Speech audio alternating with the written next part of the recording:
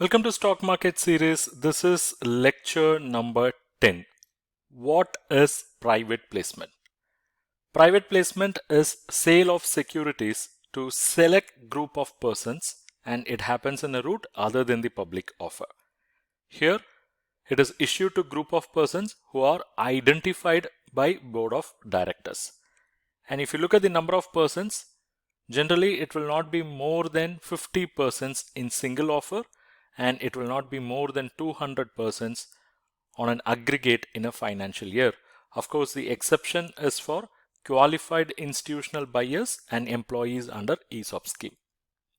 Here, prior approval of the shareholders is required for private placement, and for that a special resolution have to be passed. Let me also just take you through the step-by-step procedure. Let's see one by one.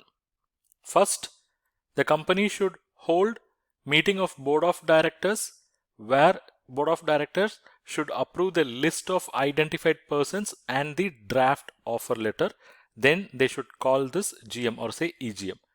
In this GM, they have to pass a special resolution wherein they should approve private placement as well as the offer letter.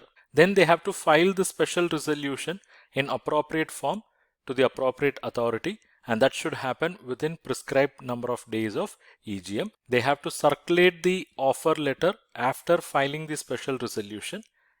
They can receive application money, and that should be kept in separate bank account, and allotment should happen within 60 days, and the return of allotment should be filed with statutory authority within 15 days, and that amount can be utilized only after filing return of allotment.